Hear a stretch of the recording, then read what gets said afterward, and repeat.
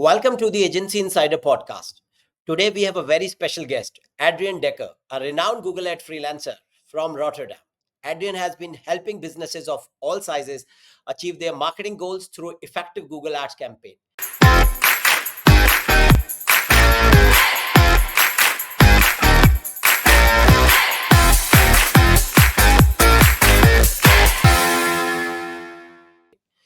Thank you for joining us, Adriaan. Thanks for having me, Navneet. Yes? Yes, that's correct. Yeah. Thanks for having Okay. me. Yeah. So before diving into Google Ads and your expertise, let's get to know the person behind the strategies. Can you share a bit about your background and what inspires you to specialize in digital advertising, particularly Google Ads? Yeah, sure. So I started freelancing around 6 years ago after I had done a study in marketing, and that was specifically online marketing. So basically, even before I started studying, I had some courses and some lectures on digital marketing. And it was really interesting to see that you could measure everything, the outcomes. And yeah, I got to know Google Analytics when it still was Universal Analytics, and it was so interesting to see. And then also this teacher, he was saying that the online space and digital marketing is only growing. And yeah, he even taught us about how Google knows everything about us, our age, our gender, where we're from, what our interests are. So I was really like, oh, this is amazing. This is really cool. And this is going to be the future, and it's going to be really big. So then I started my study in digital marketing. And already during my study, I had to do some things in analytics, some things in Google Ads. And, I learned the basics around marketing. Um, Directly after my study, or even during my end thesis, I started at a company, and I was doing also digital marketing in that company as a freelancer. Um, that company had some ads accounts, and I also had done some ads already um, at some jobs before during my study, some internships. Okay. Um, so yeah, that's basically how I started. I just got some lectures about it, and that's where my interest in digital marketing started. And then after a while, I got some chances to do Google Ads, and I took it with both hands. And yeah, I just started to learn everything. And when I started to learn all the things, because you learn a bit about Google Ads, maybe a bit how you should write copy, but it's a lot of learning on your own, right? Right. Especially when you're a freelancer. So I learned a lot, and then I was like, why I'm not sharing everything that I learn, and maybe I can get some clients when I share all this stuff. And that's basically also how I became well known on LinkedIn, by sharing a lot of stuff. And it's I'm learning and I'm sharing, so it's beneficial for everybody. Okay. So this was which year when you took the course? You mean just the Google courses? Yeah, you said Yeah. you started with taking the course with your instructor. So when did you start it? That should be around, 10 years ago, I think. And then I just started to learn more the basics of how marketing works. The Philip Right. Kotler, he wrote some books, just the real basics, how marketing works, how digital marketing Okay. works. Okay. And yeah, 10 years ago. Okay, so it sounds like, of course, 10 years is quite a time, and especially doing Google Ads and everything, right? Correct. Yes, right. So you've been in this space, of course, for 10 years. And what are some pivotal moments in your journey that really shaped your approach to advertising, or let's say Google Ads? I think just finding the more advanced strategies, and there comes a point when you understand how tracking works. You install basic tracking, and then you find out that you also have these offline conversions. You also get enhanced conversions, for example. And around that point, I started to really invest in my skills, and I was like, okay, I need to understand these tools, right? I need to pitch this to my clients. We're still at a basic level. It's good to know the basics. That's You must implement those. But then I saw more advanced strategies that I could use. So that was one pivotal moment for me where I was like, okay, I'm going to start with server side implementing that. I'm going to start with implementing offline conversions. I'm going to start with POAS. So, and in the beginning, all these new tools, you need to learn about those tools, and it's a bit scary maybe. But after you have implemented it a few times, it becomes easier, and you get also cases about how these things work, right? It works for this company, yes, and for this company not. So in the future I will advise it to this company, and maybe for this company I would say it's a trial. I'm not sure if this is going to work, but Okay. we're going to test this. So that was a pivotal moment, I would say. Okay. Now let's talk about Google Ads strategies and optimizations. Many businesses struggles with scaling their Google Ads campaign without sacrificing performance. So, what are some of the common mistakes you see people make when trying to scale their campaigns? mm, the most common mistakes,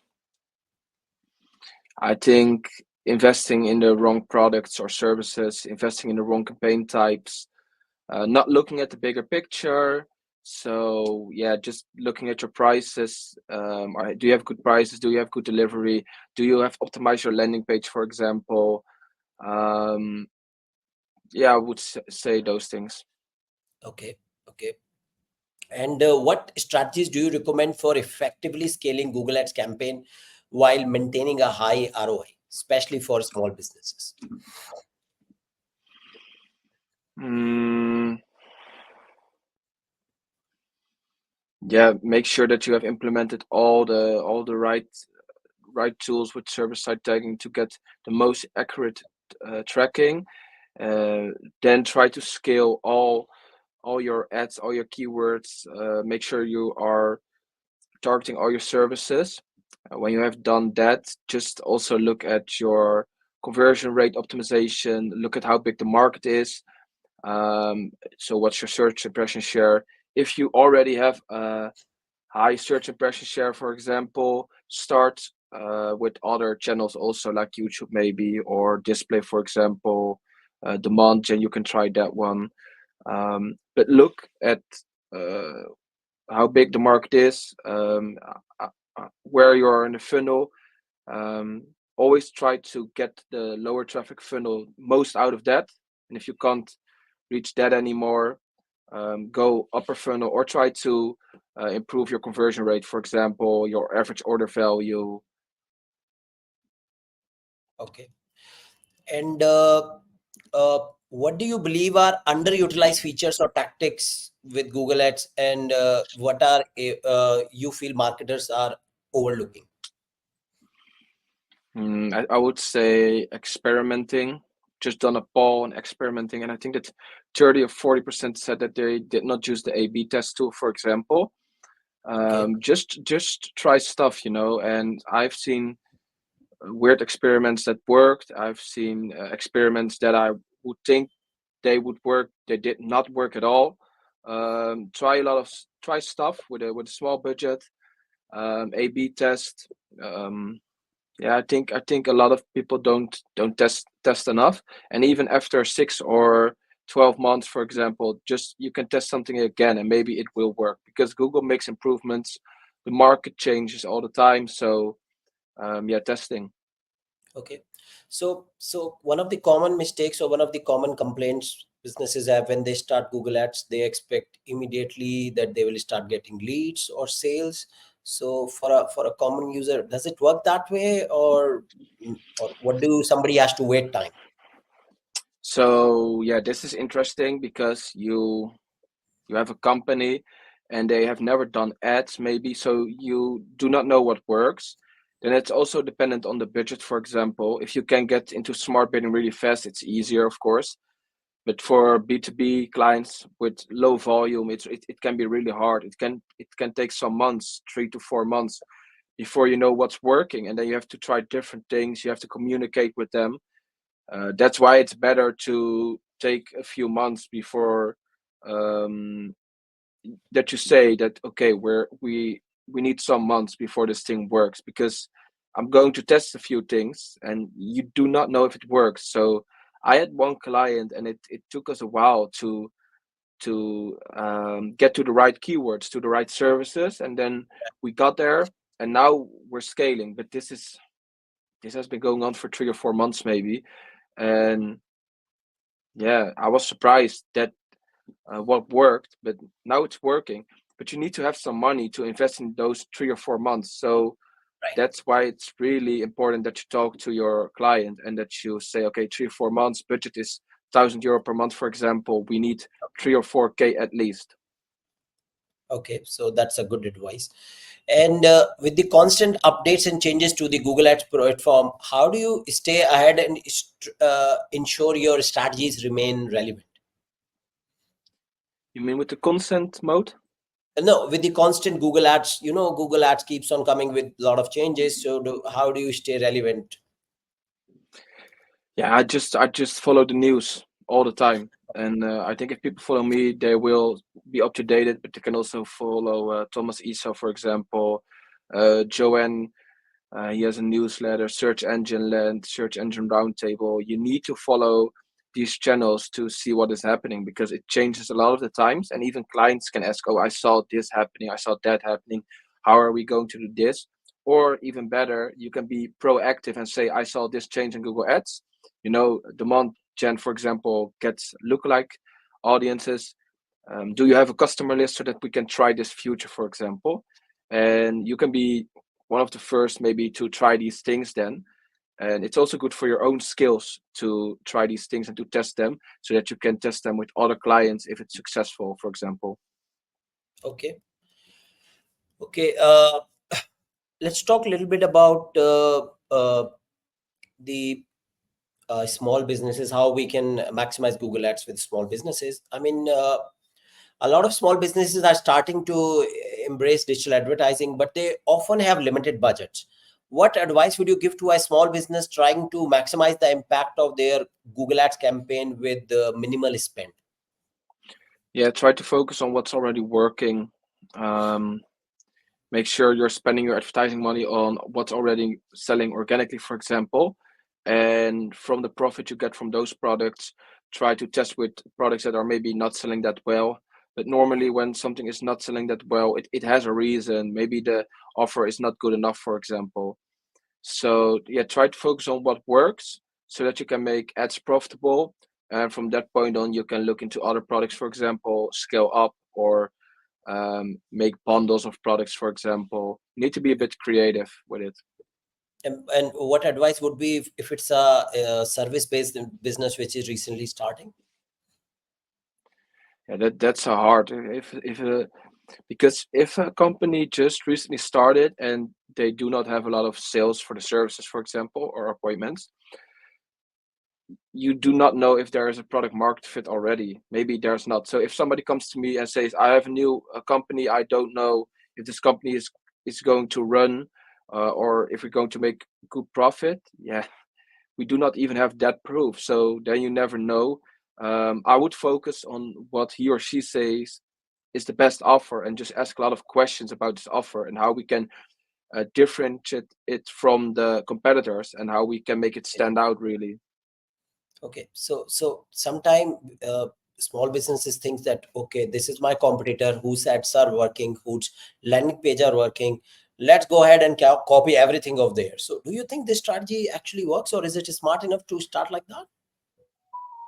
Just copying your competitor? Yeah. Yeah, it can work for a while maybe, but then you need to create your own lane a bit, I think. Um, Okay. I think it's not something you want to build your company on copying somebody else. But listen, if you can copy something and you can make it better a bit, then it can work. I do not. If I had a business, I would not do it. But if somebody wants to do it, yeah, it can work. Okay. Okay. Could you share any success stories where small budget clients made a significant impact using smart strategies? Mm, Let me think.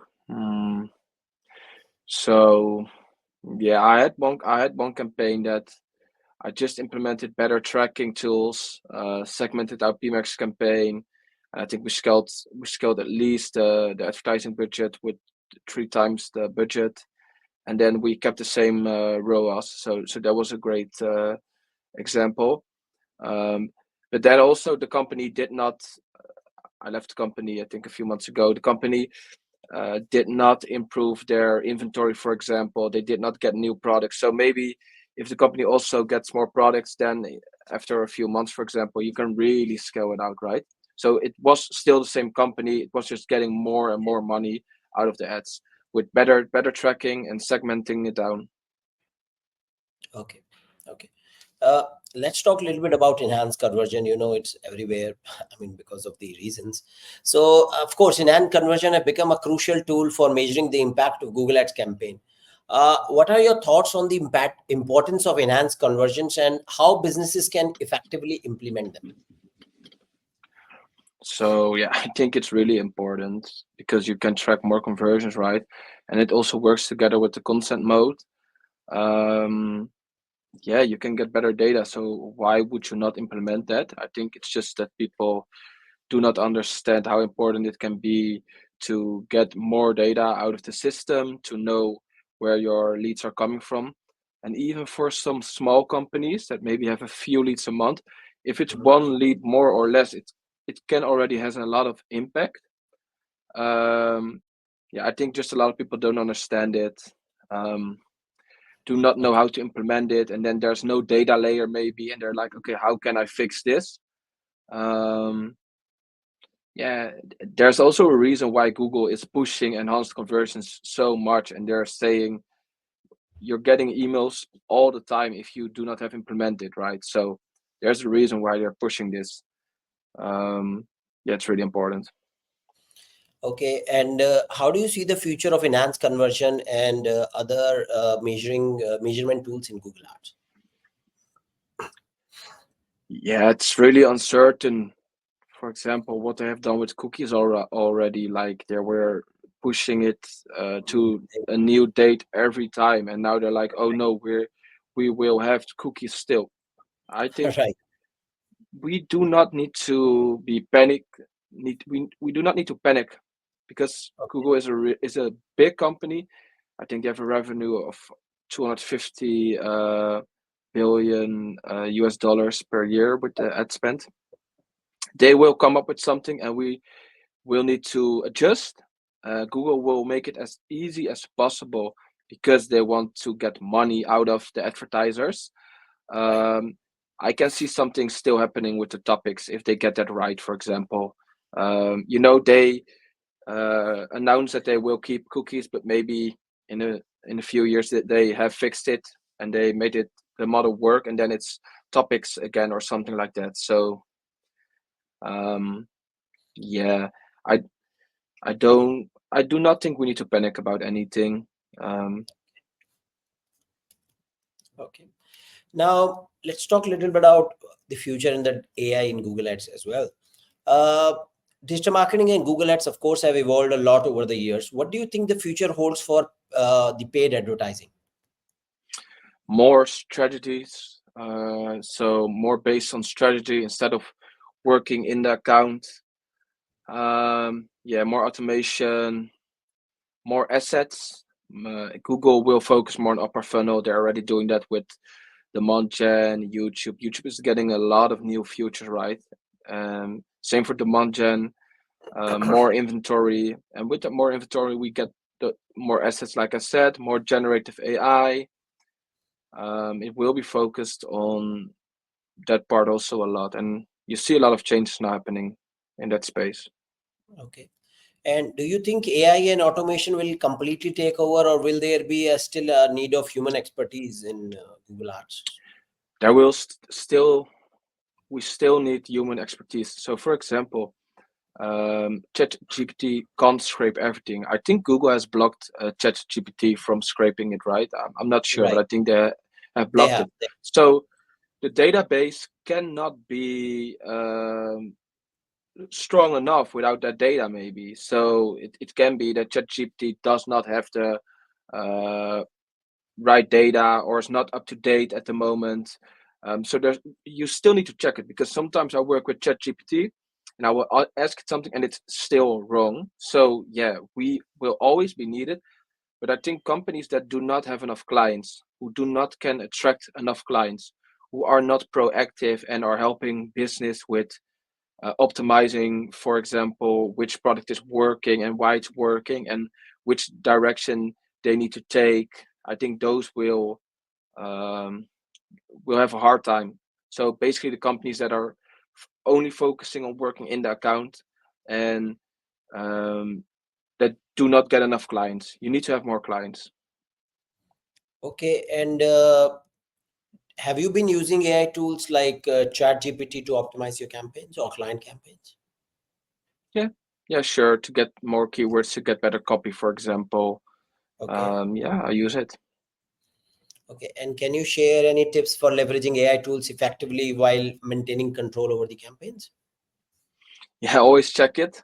Do not copy paste, and it's ask good questions to the system and you will get good answers. So really just go in the afternoon in your weekend or a weekday when you're free and just check how people are prompting, right? And people can write crazy prompts, and you can even create your own database, or you can check a database for somebody else.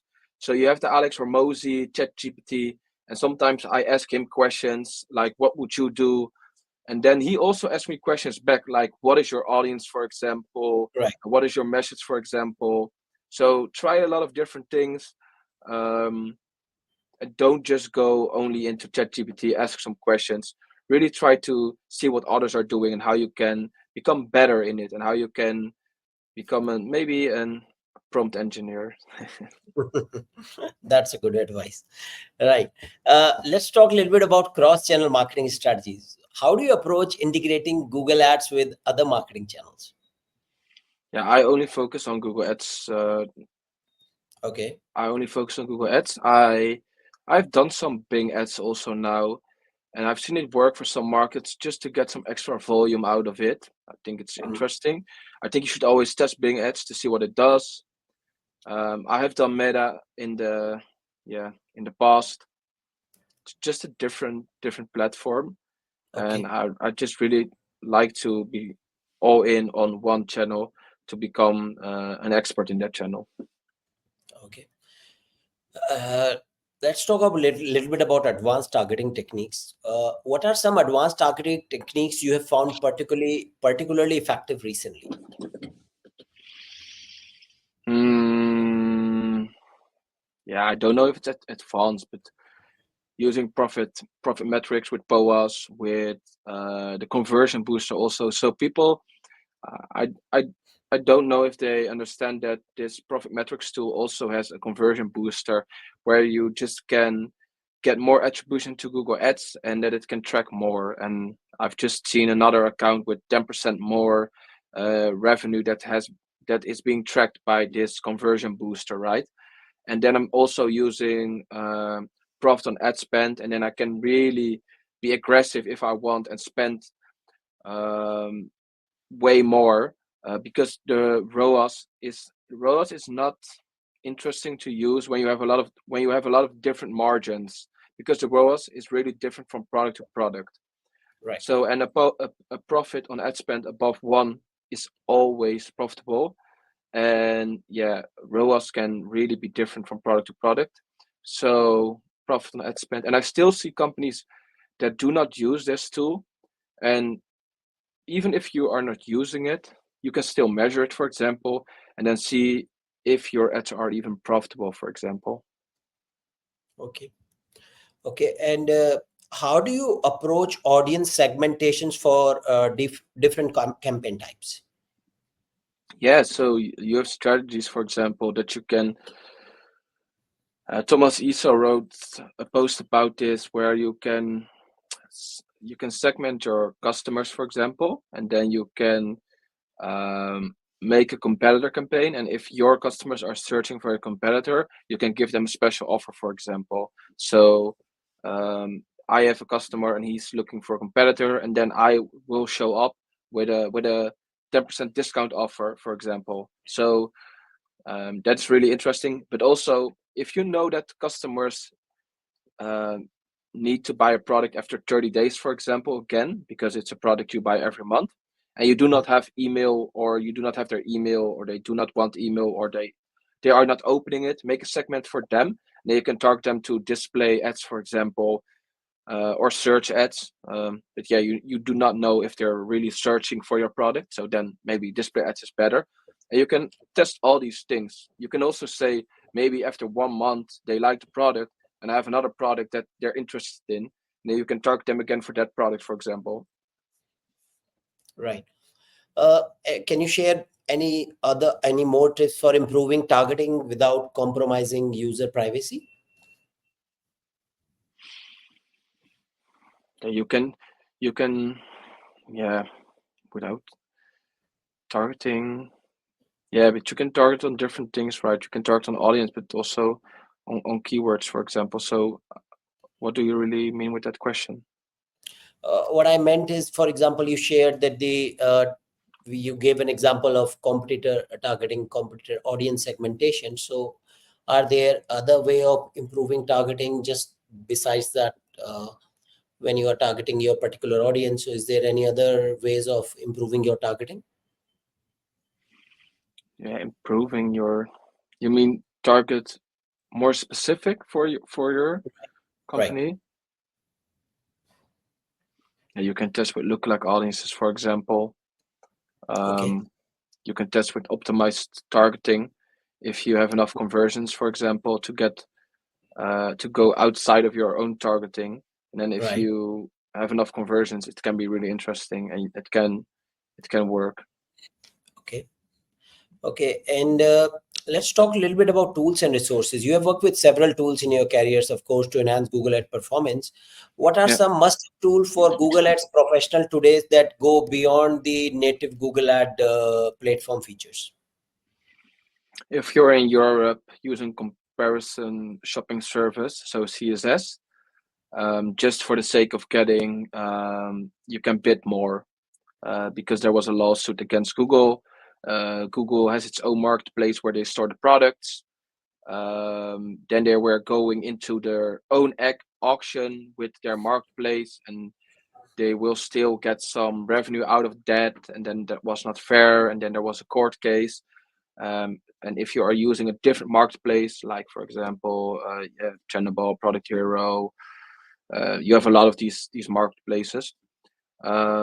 Your products go in that marketplace, and that marketplace goes also in the auction. Then you can have more bid power. Okay. So that's one tool I would use. So for e-commerce with different margins, use profit metrics. Then for offline conversions, yeah, I would prefer, for example, a good system like HubSpot, for example, where you can really make an easy integration. But if you do not have that and you want to work with Excel, for example, use Zapier to connect that to automate your offline conversion import. Then you have also these CSS tools where you can just optimize your feed easily. That's also for ecom.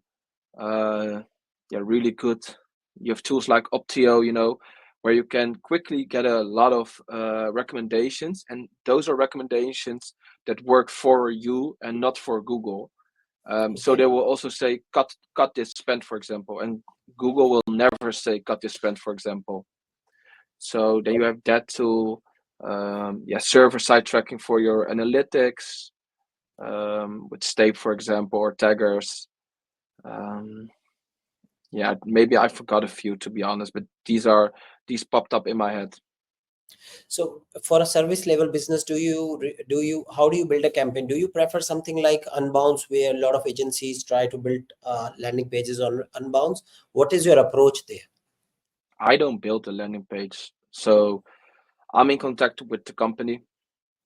I would say, okay, we need to change the landing page a bit. I think it's just um, uh, we need to A/B test, for example, or I think we need to change the copy, the pictures, for example, and then it's up to them where they want to work in. I've worked with Unbounce, then I had the Unbounce page, and it worked. It worked good. So I've worked with Unbounce, but then I don't make it, and if it looks good and if I can track it, then I'm happy.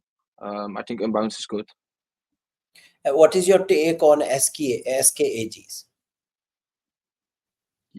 One more time. SKAG, single keyword ad group. Yeah, it can work. I think it's going to work less and less because the queries are getting different, longer. Then you would even need to make more single keyword ad groups. You cannot see every search term. Okay. You can just A/B test it. Um, but I think you have Hakakura, right? Hakakura. I think that's for most companies better, but you still have some cases where you can try it and test with it, right? So Okay. Okay. And how do you think the role of PPC specialist will evolve in the future? Will they just remain PPC specialist? They have to think outside the PPC or Google Ads universe. yeah, they have to think outside of PPC. So that's why I'm so happy that I got this digital marketing degree, right? That I read those books, and even after my study, you just have some basic books like um, from Daniel Kahneman, for example, Okay. Robert Cialdini. You need to have this basic knowledge of companies, how companies work, how they get money, how you can persuade people, for example. I think Right. that's really important, and then you can specialize. Of course, that's great, but you need to also think outside of the system. And like I already said, I think less time in the system and more time just analyzing the business, what works, why it works, for example. Okay. And for those who wants to learn more about Google Ads, whether they are beginner or seasoned marketer, what resources or course do you recommend they start with? Depends on how much money you have, what your skill level is, where you have gaps, for examples. So if somebody would come to me and say, I do not know anything about Google Ads, I do not know anything about Google, I would say go to the skill shop, learn everything there. And I would say, okay, do not implement everything that Google says, but this is just the basics that you need to learn how the auction works, because clients sometimes they will also ask me like, oh, we have campaign A and B, and are they going to bid against each other, right? That only one goes into the auction, for example. You need to know these things, right? You need to know how targeting works, how the match types works, that positive targeting, so broad match is different from negative targeting, for example. You need to know all these basics. Then when you know these basics, go watch on YouTube, for example, because you can also watch a lot of tech manager on YouTube. I've learned everything myself, and then later on I started to pay also for courses. So when you have a bit more money, you want to pay, you want to go quicker maybe. um, so this is the thing: when you learn everything yourself, you gotta have a bit more time, I think. When you have not a lot of time, but I hope you have a bit more money, then it's better to maybe pay somebody. So you can join the PPC hub from Miles and Bob, for example. But you can also just pay a freelancer and say, hey, I just want to learn from you. How much do you charge per hour, for example? And then he can tells you everything, why he's doing something, how you can do it, for example. And otherwise, just watch a lot of videos. Just go into. You can also just chat with other specialists. Just ask them questions. Go to communities, right? You also have the free Discord from Miles, but also from Thomas. You have Reddit, for example.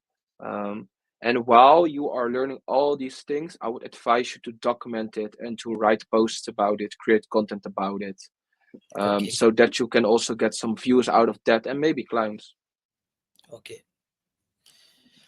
Okay. So let's go in the final segment of our podcast. We're gonna throw some rapid fire questions on you, and you're gonna just answer what comes in your mind straight. So are you Yeah, ready? sure. Yeah. I'm ready. So okay. So what's your favorite Google Ad feature or tool?